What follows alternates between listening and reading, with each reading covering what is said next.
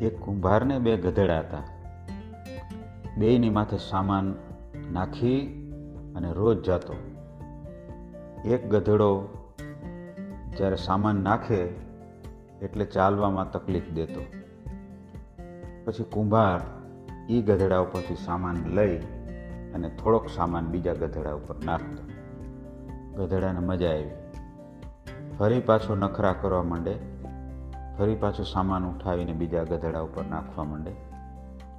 ધીરે ધીરે બધોય સામાન એક ગધેડા ઉપર નાખ્યો અને જે હરકત કરતો હતો એ ગધેડો ફ્રી થઈ ગયો, એને મજા આવી ગઈ. પણ થોડાક સમય પછી એ ગધેડાને છૂટો કરી દીધો અને ભૂખે મરી ગયો. અત્યારે બિલ ગેટ્સની એક બાયોગ્રાફી વાંચું છું. બિલ ગેટ્સ જે માઇક્રોસોફ્ટ કિંગ છે. Business at the speed of thought.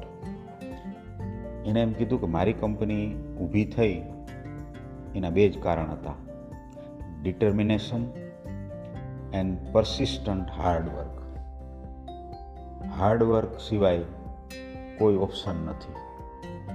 તમે એવરેસ્ટ ઉપર હેલિકોપ્ટરથી જાઓ ને તો છાપામાં ફોટો પણ ના આવે, પણ બેઝ કેમ્પમાંથી જ્યારે તમે ઉપર ચડો ને ત્યારે તમને એવોર્ડ મળે.